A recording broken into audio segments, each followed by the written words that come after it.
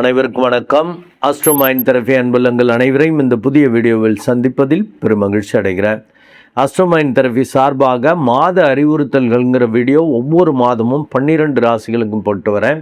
அந்த வகையில் ஆகஸ்ட் 20 முதல் செப்டம்பர் 20, 2026 ரிஷப லக்னம் அண்ட் ரிஷபராசி அன்புள்ளங்களுக்கு என்ன மாதிரி பலன்கள் ஏற்பட போது, அவர்களுக்கான அறிவுறுத்தல்கள் என்ன அப்படிங்கிறத இந்த வீடியோவில் பார்க்க போகிறோம். ரிஷப லக்னம் அண்ட் ரிஷபராசி அன்புள்ளங்களுக்கான அறிவுறுத்தல் என்பது நீயும் பொம்மை நானும் பொம்மை என பாடும் நேரம். அந்த பாட்டை கேட்டிங்கன்னா தெரியும். அது மாதிரி எல்லாமே நம்ம கண்ட்ரோலில் இல்லை, எல்லாம் அவுட் ஆஃப் கண்ட்ரோலில் இருக்குது அப்படிங்கிற மாதிரி அந்த உணர்வு வரும். யோசிக்கணும், இந்த பாட்டை யோசிக்கணும். கொஞ்சம் வீக்காக இருக்கும். ஏன் அது மாதிரி சொல்கிறேன் அப்படின்னா, உங்கள் லக்னாதிபதி ராசி அதிபதி நீச்ச வீட்டில் இருக்கார். கிட்டத்தட்ட அவர் 3/9/2026 வரைக்குமே நீச்ச வீட்டில் இருப்பார். அவரே 6ஆம் இடத்ததிபதியாகவும் காரியகர்த்தா செயல்பாடு அட்மினிஸ்ட்ரேஷனுக்கு உரியவராகவும் வர்றதால, அவர் நீச்சமாகிறதால அவங்களால நினச்சதை செய்ய முடியாது. ஒரு ஒரு ஒரு அன்னீசினஸ், உடம்பு மனசு எல்லாமே வீக்காக இருக்கிற மாதிரி ஒரு ஃபீல் ஆகும். அதனால தான் நீயும் பொம்மை நானும் பொம்மை, நினைத்து பார்த்தால் எல்லாம் பொம்மை அப்படின்னு. எல்லாம் ஒரு மாயை, நம்ம கண்ட்ரோலில் இல்லை, அதுவாக நடக்குது இப்படிலாம் புலம்புற மாதிரி தான் இருக்கும். ஏன்னா லக்னாதிபதி வீக்காக இருக்கார். அண்டு உங்கள் லக்னத்துக்கு அதிர்ஷ்டத்தை கொடுக்கக்கூடிய அந்த புதனும் 3ஆம் இடத்தில் இருப்பது கொஞ்சம் சுமார். அவர் கிட்டத்தட்ட 7/9/2026 வரைக்குமே 3ஆம் இடத்துல இருப்பார். அப்புறம் 4ஆம் இடம் வருவார். அது ஓரளவு பரவாயில்ல அப்படின்னு சொல்லலாம். ஏன்னா சூரியனோடு இணைகிறார் 4ஆம் இடத்ததிபதியோடு. அதனால் என்ன தான் வீக்காக ஃபீல் பண்ணாலும் குத்து மதிப்பாக ஜெயிக்கிற மாதிரி பெரியவங்க ஆதரவு, மேலதிகாரிகள் சப்போர்ட்டு, அந்த இதெல்லாம் இருக்கும். தந்தை போன்று உள்ளவர்களோட சப்போர்ட் வழியாலாம் ஓரளவு அதிர்ஷ்டங்களை பார்க்கலாம். ஆக 7/9 வரைக்கும்னாக்கா அதில் ஒரு 10 நாள், இதில் ஒரு 7 நாள்லாம் 17 நாள் கிட்டத்தட்ட அந்த வீக்காக இருக்கிறது தான் வரும். பேச்சிலையும் ஒரு செயல்பாட்டிலையும் புத்தியும் தெளிவு இல்லாமல் ஒரு குழப்பம், நடாது மேலே சொல்கிறவங்கள கேட்குற மாதிரி தான் இருக்குது அப்படின்னு புலம்புற மாதிரி தான் இருக்கும். உங்களுக்கு உங்கள் லக்னம் அண்ட் ராசிக்கு ஆகாதவன் குரு பகவான் 8/11 கூடையவன். எதிர்பாராத லாபத்தை கொடுப்பான், ஆனால் பயத்தையும் கொடுப்பான்.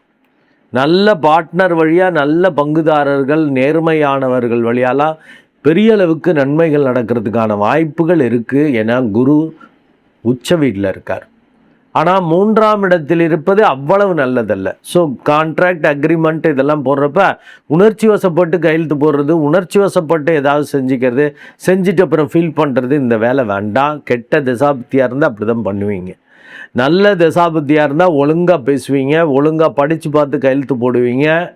நீடித்த நன்மைகள், நீடித்த பங்குகள் கிடக்கிற மாதிரி டாக்குமெண்ட்டை, அந்த அக்ரிமெண்ட்டெல்லாம் போடுவீங்க. அது ரொம்ப நல்லாயிருக்கும். இல்லாட்டி தப்பாக பண்ணி விட்டுருவீங்க. அப்போ பங்குதாரர்கள் முறிவு, பிரிவு, சிக்கல் வர்ற மாதிரி. என்ன அப்படி சொல்லிட்டு இது பண்ணிவிட்டு இப்போ இப்படி மாத்துறேங்கிற மாதிரி. ஏன்னா நீங்களும் ஒரு குரு தான், அசுர குரு. நல்லவனுக்கு நல்லவன், கெட்டவனுக்கு கெட்டவங்கிற ஆட்டிடியூடு இருக்கும். அந்த பார்ட்னர் நல்லவங்களாக இருந்தால் அட்ஜஸ்ட் பண்ணிட்டு போவீங்க பரவாயில்லன்ட்டு.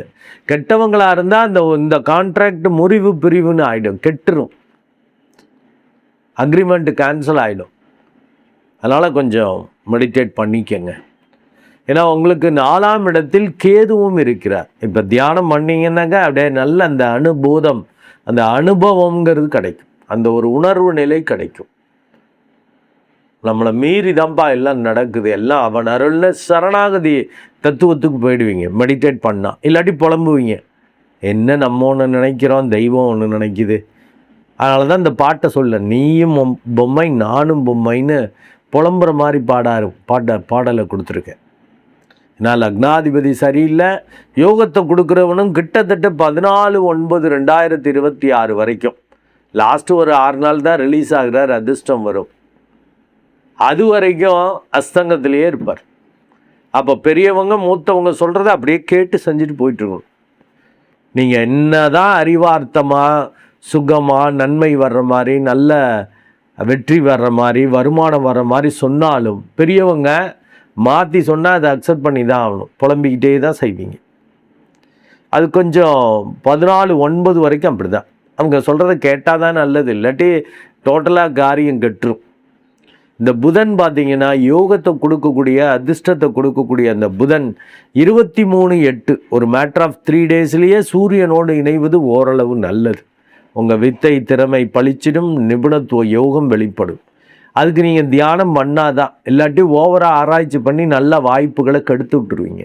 பயந்துக்கிட்டு குழம்பிக்கிட்டு ஆராய்ச்சி பண்ணியே ஒரு முடிவுக்கே வரமாட்டான்டா, அவெல்லாம் வேஸ்ட்ரா அப்படிங்கிற மாதிரி ஆகிடும்.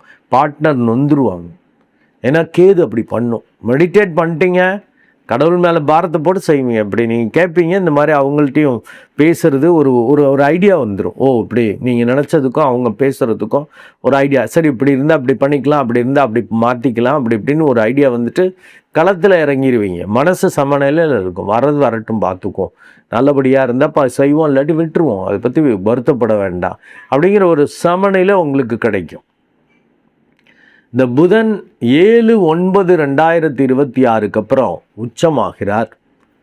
கிட்டத்தட்ட கன்னி வீட்டுக்கு போவார் சிம்மத்திலிருந்து 7/9 வரைக்கும். ஆனால் 14/9/2026 வரைக்கும் இந்த புதன் உங்களுக்கு யோகத்தை கொடுக்கக்கூடிய, அதிர்ஷ்டத்தை கொடுக்கக்கூடியவர் அஸ்தங்கத கதியில் பயணிக்கிறார். அஸ்தங்கத்தில் பயணிக்கிறப்ப நான் முன்னமே சொன்ன மாதிரி பெரியவங்கள்ட்ட வச்சுக்கக்கூடாது. தந்தை போன்று உள்ளவர்கள், அரசியல்வாதிகள், அதிகாரத்தில் உள்ளவர்கள், அவங்கள்ட்டெல்லாம் கொஞ்சம் நிதானம், அவங்கள்ட்ட அடக்கி வாசிக்கணும். அது ரொம்ப ரொம்ப முக்கியம். அதுக்கப்புறம் நீங்கள் நல்லா இருக்கும். ஏன்னா ஆட்சி உச்சமாக இருக்கிறப்ப அப்படி சிக்கல் வரும். அதுக்காக தான் இந்த இதை அறிவுறுத்திக்கிறேன். உணர்ச்சி வசப்பட்டு செஞ்சுருவீங்க. பெரியவங்கள்ட்டையும் அதே பேச்சு வந்துடும், கெடுத்து விட்டுருவீங்க. அதிர்ஷ்டத்தை கெடுத்துக்கிற மாதிரி, அவங்களுடைய சப்போர்ட்டை கெடுத்துக்கிற மாதிரி பண்ணிடுவீங்க. அப்போ உங்களால் பெருசாக எதுவும் சக்ஸஸ் பண்ண முடியாதபடி போயிடும். ஏன்னா உங்கள் லக்னாதிபதி ராசி அதிபதியான சுக்கிரன் 3/9/2026 வரைக்குமே நீச்ச கதியில் இருக்கார். கிட்டத்தட்ட 13 நாட்கள் ஒரு மாதிரி வீக்காக இருக்கும். அதுக்கப்புறம் அவர் ஆட்சியாக வந்துடுறார். ஆட்சியாக வந்துட்டால் நல்லா இருக்குமே சார், கிட்டத்தட்ட 13 நாள்னா அப்போ பாதி மாதம் நல்லா இருக்குமே, நீங்கள் ஒரே திரியாக புலம்புற மாதிரி போட்டிருக்கீங்க அப்படின்னு நீங்கள் அந்த பாட்டை கொடுத்துருக்கீங்கன்னு யோசிக்கலாம். ஏன்னா உங்கள் லக்னத்துக்கு 9 கூடைய அந்த சனி பகவான் 11ஆம் இடத்துல இருக்கிறது சிறப்பு தான். வேலை தொழில் ரீதியாக அபரிமிதமான லாபங்கள் நன்மைகள் வரும். ஆனால் வக்ரம் பெற்று போயிருக்கிறதால எது எதுலெல்லாம் நீங்கள் நினைக்கிறீங்களோ அதிலெல்லாம் வராது. பயந்துக்கிட்டே செய்கிறீங்களோ பெரிய பாதகம் வந்துருமோ, பிரச்சனை வந்துருமோன்னு ரிஸ்க் எடுத்து செய்கிறது சூப்பராக இருக்கும். சொல்லி அடிக்கிற மாதிரி பண்ணுறது, அப்போ அந்த மாதிரி புலம்ப வேண்டியிருக்குல்ல.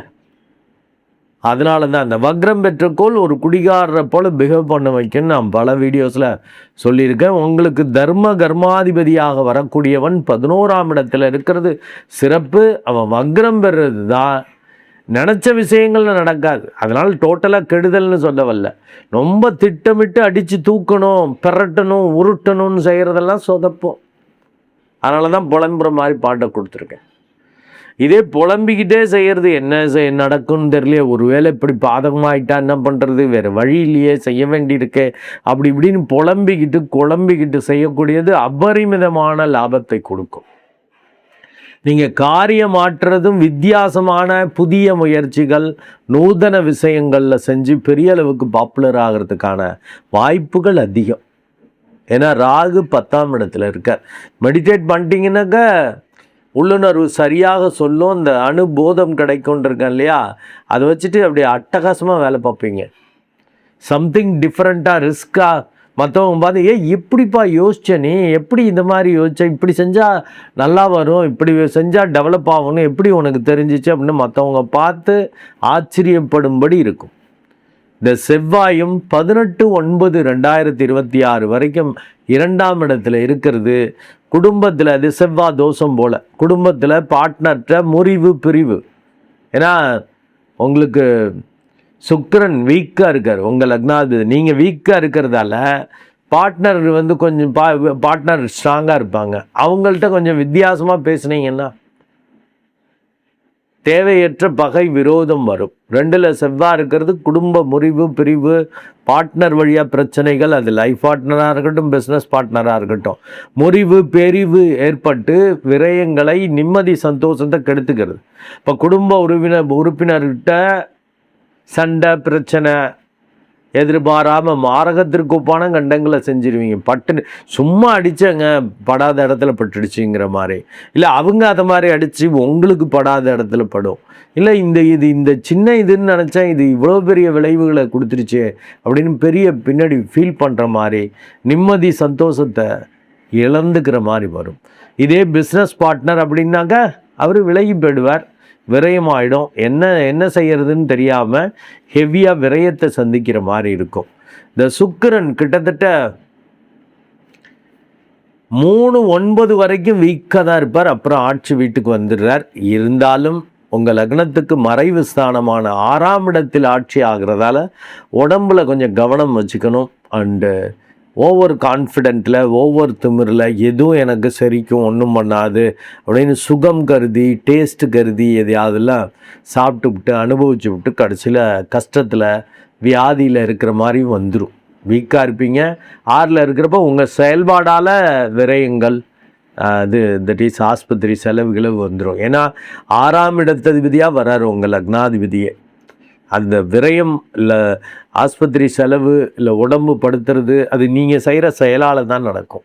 அதனால் அந்த செயல்களில் கவனம், எதெல்லாம் ஒத்துக்காததோ அதை கலட்டி விட்டுருக்கும். சூரியன் கிட்டத்தட்ட 17/9/2026 வரைக்குமே, 17ஆம் தேதினா லாஸ்ட் 3 days வரைக்குமே அவர் நல்ல ஆட்சியாக இருக்கிறார். அப்போது உங்கள் வித்தை திறமை கண்டிப்பாக பழிச்சிடும். நீங்கள் ஒரு அப்பா டக்கராக பிஹேவ் பண்ணுற மாதிரி இருக்கும். ஆனால் கூட கேது இருக்கிறது தான் மெடிடேட் பண்ணிக்கணுன்ட்டேன்.